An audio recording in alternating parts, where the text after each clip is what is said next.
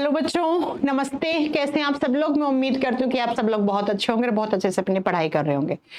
तो बच्चों, अभी आप लोग पिछले 5 से 6 दिन में सिर्फ एक बात सुन रहे हैं कि हमने जो कोरोना से बचने के लिए कोविशील्ड का वैक्सीन लगवाया था, उस वैक्सीन को बनाने वाली कंपनी जिसका नाम एस्ट्राजेनेका था, उस कंपनी ने अब कबूला है कि भाई हमारी जो वैक्सीन जो हमने बना के फॉर्मूला तैयार किया था और जो फॉर्मूला हमने इंडिया को दिया था और इंडिया में उसी फॉर्मूले को यूज में लेके कोविशील्ड नाम का वैक्सीन बनाया गया, उस वैक्सीन के कुछ रेयर साइड इफेक्ट्स हैं। ये कबूला है किसने? तो एस्ट्राजेनेका कंपनी। एस्ट्राजेनेका कंपनी कौन सी है? जो बच्चा पेरेंट कंपनी है किसकी? जिसने कोविशील्ड वैक्सीन बनाया, जो एक ब्रिटेन बेस्ड कंपनी है और जिसने ऑक्सफोर्ड यूनिवर्सिटी के साथ मिलकर ये पूरा का पूरा कोविशील्ड का फॉर्मूला तैयार किया था। और अभी इस कंपनी ने जब से ये कबूला है कि हमारी जो कोविशील्ड वैक्सीन जो इंडिया में डिस्ट्रीब्यूट हुई थी, हमारे फॉर्मूले पे बनी थी, उस कोविशील्ड वैक्सीन की वजह से कुछ रेयर क्या मिले हैं? साइड इफेक्ट्स मिले हैं, जिसमें से सबसे कॉमन है टीटीएस। टीटीएस का फुल फॉर्म है थ्रोम्बोसिस विद थ्रोम्बोसाइटोपेनिया सिंड्रोम, जो मैं लास्ट अपने एक वीडियो सेशन में अच्छे से एक्सप्लेन कर चुकी हूं कि टीटीएस होता क्या है। वैसे मैं आपको 2 मिनट में बताना चाहूं तो थ्रोम्बोसिस का मतलब होता है कहीं क्लोट बन गया अंदर ही, हमारे कहीं पर भी किसी भी ब्लड वेसल में, किसी भी रक्त वाहिका में अंदर क्लोट बन सकता है। इस वैक्सीन की दोनों डोज जिन्होंने लिए हैं उनमें साइड इफेक्ट के तौर पर क्या बन सकता है? क्लोट बन सकता है और उस क्लोटिंग से कहीं ना कहीं किसी तरीके का स्ट्रोक या हार्ट अटैक बढ़ने के चांसेस हो सकते हैं ऐसे पर्सन में।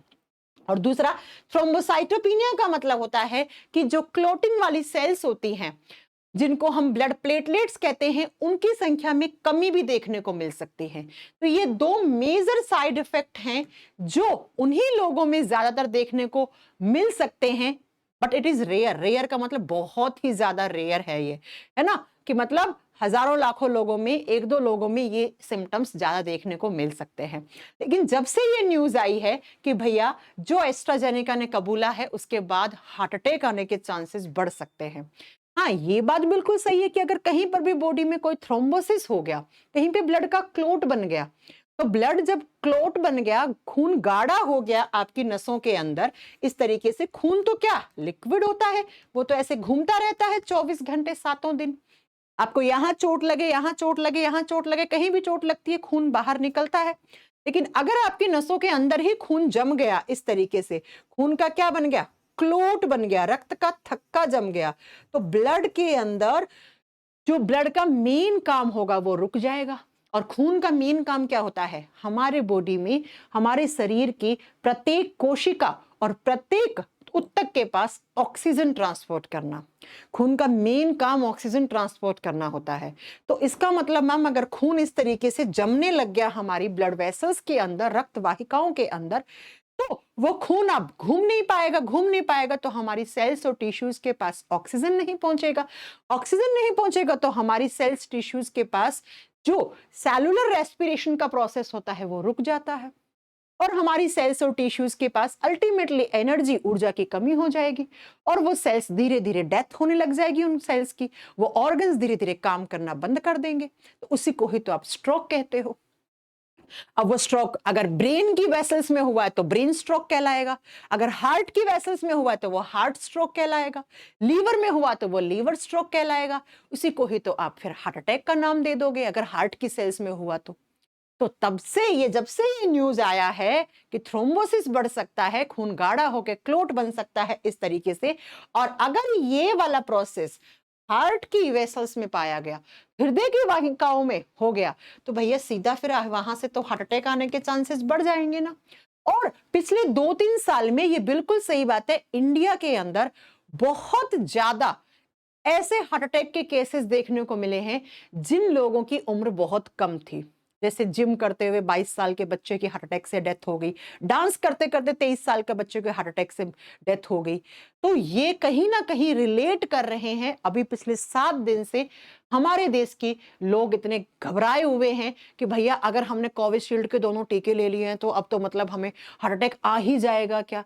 मैंने एक सेपरेट इस पे वीडियो बना रखा है, वो भी आप देख सकते हैं। लेकिन इस वीडियो में मैं आपको ये बताने आई हूं कि थोड़ी बहुत चीजें सेंसिबल तरीके से सोचने की कोशिश करना। क्या कि इन्होंने कहा रेयर चांसेस, रेयर चांसेस। और दूसरी बात, वैक्सीन को लिए हुए अभी तो 2-2.5 साल हो गया है, तो वैक्सीन के साइड इफेक्ट्स रहते हैं 4-5 साल तक, ऐसा नहीं है कि नहीं रहते, लेकिन बहुत कम रहते हैं आफ्टर 6 मंथ्स। 6 महीने बहुत ज्यादा रहते हैं वैक्सीन के साइड इफेक्ट्स, उसके बाद धीरे धीरे वो साइड इफेक्ट्स होते हैं वो कम रहना शुरू हो जाते हैं। लेकिन उन लोगों में ये साइड इफेक्ट्स उभर के आ सकते हैं जिन लोगों को पहले से हार्ट में कोई प्रॉब्लम थी, जिनको बीपी की प्रॉब्लम है, जिनको पिछले 7-8 साल से शुगर डायबिटीज की प्रॉब्लम है, जिनको 7-8 साल से हार्ट में किसी ना तरीके की कोई डिजीज है, जिनको कहीं ना कहीं खून के पहले से ही कोई थ्रोम्बोसिस हो चुका है, कोई क्लोट बन चुका है, तो उन लोगों को थोड़ा सा घबराने की जरूरत है, राइट। अब मैम कैसे हम अपने हार्ट को हेल्दी रखें, कैसे हम हमने कोविशील्ड के इंजेक्शन तो लगवा लिए, वैक्सीन तो लगवा लिया, वैक्सीन तो वापस निकलने वाला नहीं है, तो अब बेटर है कि भैया हम उससे क्योर कैसे करें, मतलब हम क्या क्या प्रिवेंशंस लें, हम कैसे बचाव करें अपना, राइट। तो यहाँ पे मैं कुछ आपको चीजें बता रही हूँ, मैं कुछ नई चीज नहीं बता रही हूँ, ये वही चीजें हैं जो हर एक हॉस्पिटल का डॉक्टर, हर एक कार्डियोलॉजिस्ट यानी हार्ट स्पेशलिस्ट डॉक्टर आपको बताएगा। सबसे पहला, अगर आपको अपना हार्ट अच्छे से रखना है और आप चाहते हैं कि किसी भी तरीके का कोई स्ट्रोक या थ्रोम्बोसिस या हार्ट अटैक ना आए, तो आपको सबसे पहला अपनी डाइट जो है वो बैलेंस्ड डाइट लेनी चाहिए। बैलेंस्ड डाइट का मतलब है कार्ब्स, प्रोटीन, फैट सब आपको पता होना चाहिए आपके बीएमआई के हिसाब से कि कितना आप कार्ब्स ले रहे हैं, कितना आप प्रोटीन ले रहे हैं, कितना आप फैट ले रहे हैं। और ऐसी डाइट लें जिसमें फल, सब्जियां, साबुत अनाज, प्रोटीन और हेल्दी फैट हो। फैट भी 2 तरीके की होती है, एक हेल्दी और एक अनहेल्दी। आपको हेल्दी फैट खानी है, ठीक है। और बच्चा, जो प्रोसेस्ड फूड होता है या जो पैक्ड फूड होता है, जैसे मीट वीट पैक हुआ होता है, प्रोसेस्ड फूड होता है, और जो ट्रांस फैट्स होती हैं जो आपके हार्ट को प्रॉब्लम पहुंचाती हैं, जो कोलेस्ट्रॉल बढ़ाने का काम करती हैं, प्रोसेस्ड फूड और ट्रांस फैट्स होती हैं जिनको आप बैड फैट्स कहते हो, ये कोलेस्ट्रॉल का लेवल इंक्रीज करने का काम करती हैं। और कोलेस्ट्रॉल जब 200 से ज्यादा पहुंच जाता है तो वो आपके हार्ट अटैक को बढ़ाने का जो जोखिम होता है उसको बढ़ा देता है। तो बैलेंस डाइट का मतलब है अपनी हरी सब्जियां, अनाज, फल सब्जियां, हरी सब्जियां, ये सब लीजिए बेटा। ट्रांस फैट को कम कर दो और जो कोलेस्ट्रॉल बढ़ाने वाली चीजें हैं उनको बिल्कुल ना के बराबर कर दो। सबसे अच्छा फंडा आपके हार्ट को अच्छे से रेगुलेट करवाने का और हार्ट में भी किसी भी तरीके की बीमारी से हार्ट को दूर रखने का। दूसरा जो यहाँ पर है आपके हार्ट को हेल्दी रखने का टिप, वो है नमक का प्रयोग कम करें। नमक यानी कि सोडियम क्लोराइड NaCl। मैं जानती हूं कि आयन बैलेंसिंग के लिए, ऑस्मो रेगुलेशन के लिए हमारे बॉडी के लिए नमक जरूरी है, लेकिन नमक कम ही खाएं, अच्छा खाएं। कुछ लोगों की आदत होती है सब्जी में थोड़ा सा नमक कम होता है, बाहर से लाके कच्चा नमक डाल लेते हैं, वो कच्चा नमक नुकसान पहुंचाता है ना। तो थोड़ा सा आप नमक कम खाएं और कोशिश करें, जिन लोगों को बीपी वगैरह की प्रॉब्लम है या जिन लोगों को डायबिटीज या कोलेस्ट्रोल की प्रॉब्लम है, वो लोग सेंधा नमक यूज में लें। सेंधा नमक, व्हाइट जो सॉल्ट आता है ना, उसको थोड़ा अवॉइड करें, या तो ब्लैक सॉल्ट ले या फिर सेंधा नमक ले, है ना। तो नमक को अपनी डाइट में थोड़ा कम कर दें। तीसरा ज्यादा वजन या मोटापा दिल के दौरे को, जोखिम को बढ़ा देता है। बड़ी कॉमन सी बात है, अगर आपका बीएमआई ज्यादा हुआ, अगर आप ओवरवेट चल रहे हैं, तो आप में ओबेसिटी है। ओबेसिटी का मतलब है मोटापा, और मोटापे का मतलब है आपके बॉडी में फैट्स ज्यादा है, और फैट ज्यादा है मतलब कोलेस्ट्रॉल लेवल ज्यादा है, कोलेस्ट्रॉल लेवल ज्यादा है इसका मतलब हार्ट अटैक आने का जोखिम तो वैसे ही बढ़ जाता है। तो अपने बॉडी के वेट को बिल्कुल बैलेंस रखें, यानी कि अपने हाइट के हिसाब से अपने बॉडी वेट को कैलकुलेट करें, बीएमआई निकालें और अगर आप ओबेसिटी स्टेज में चल रहे हैं तो थोड़ा एक्सरसाइज वगैरह करके अपना ओबेसिटी स्टेज को नीचे लाने की कोशिश करें। अदरवाइज कोलेस्ट्रॉल बढ़ जाएगा और कोलेस्ट्रॉल जो है वो नसों में जम के अगेन क्या करेगा, आपको थ्रोम्बोसिस का कारण दे सकता है। नेक्स्ट अगर हम बात करते हैं बच्चा कि हेल्दी टिप हार्ट को हेल्दी रखने के लिए क्या है, वो है रोज कम से कम आपको 30 से 40 मिनट तक रोजाना एक्सरसाइज करें। जी हाँ, अगर आप अपनी डाइट में से घी, तेल इन सबको कम नहीं कर सकते तो एक्सरसाइज बढ़ाइए, उसको बर्न कीजिए, उसको जलाइए। अब कुछ लोगों को मैंने देखा है सुबह घी में बने हुए आलू के पराठे खा लेते हैं 4 और फिर 1 घंटे बाद बढ़िया सो जाते हैं, पूरा दिन 4-5 घंटे सोते रहते हैं। अब वो घी अच्छा थोड़ी है। घी तभी अच्छा है जब उस घी के अंदर घी को आप उसका ऑक्सीडेशन करवाओगे, उससे एनर्जी निकालोगे, तब वो घी अच्छा है। और अगर ये घी आप ऐसे ही खा के खाते पराठे खा के पड़ जा रहे हो, सो जा रहे हो, तो वो घी खराब है, वो कोलेस्ट्रॉल बढ़ाने का काम कर रहा है। तो डेली आप एक्सरसाइज करें बढ़िया तरीके से, एटलीस्ट 30 से 40 मिनट तो कुछ ना कुछ फिजिकल एक्टिविटी में आप रनिंग कर सकते हैं, आप सीढ़ियां चढ़ सकते हैं, आप जिम कर सकते हैं, आप कार्डियो कर सकते हैं, कुछ भी कर सकते हैं। नेक्स्ट स्मोकिंग करने से बचें। Tobacco causes cancer and tobacco is also causes heart attack. Tar, tobacco तंबाकू के अंदर टार होता है और वो टार आपकी ब्लड वेसल्स के अंदर आके जम जाता है, जिसकी वजह से आपकी ब्लड वेसल्स के अंदर की तरफ जो वॉल होती है, जो धमनियों की दीवारें होती हैं, वो संकरी होने लग जाती है, वहां पे टार जमने लग जाता है और जिसकी वजह से आपका खून गाढ़ा हो सकता है और आपको अगेन स्ट्रोक आने का चांसेस बढ़ सकता है।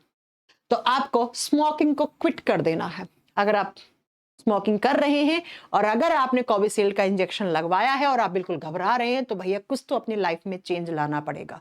स्मोकिंग को अपनी लाइफ से हटा दीजिए। नेक्स्ट, स्ट्रेस को मैनेज करें। स्ट्रेस जैसे बहुत पिछले 4-5 दिन से ये न्यूज आई है, तब से लोग बहुत एकदम से घबरा गए, बहुत पैनिक हो रहे हैं, बहुत स्ट्रेस ले रहे हैं। इतना स्ट्रेस नहीं लेना, इतना तनाव नहीं लेना है, बिकॉज स्ट्रेस लोगे बीपी आपका बढ़ जाएगा, बीपी बढ़ेगा, हाइपरटेंशन स्टेज में जाओगे, हाइपरटेंशन से अगेन आपके हार्ट में प्रॉब्लम होनी शुरू हो जाएंगी बच्चा। इसलिए स्ट्रेस बिल्कुल नहीं लेना है, पॉजिटिव सोचना है, पॉजिटिव ही होगा। और नेक्स्ट, अपने बीपी, ब्लड प्रेशर को, रक्तचाप को और कोलेस्ट्रोल को आपको नियमित रूप से चेक करना है। जिन लोगों में ज्यादा बीपी की प्रॉब्लम है या कोलेस्ट्रॉल की प्रॉब्लम है, वो अपने घर पे बीपी वाला मशीन, जिसको स्फेग्मोमैनोमीटर बोलते हैं, वो तो लेके रखिए।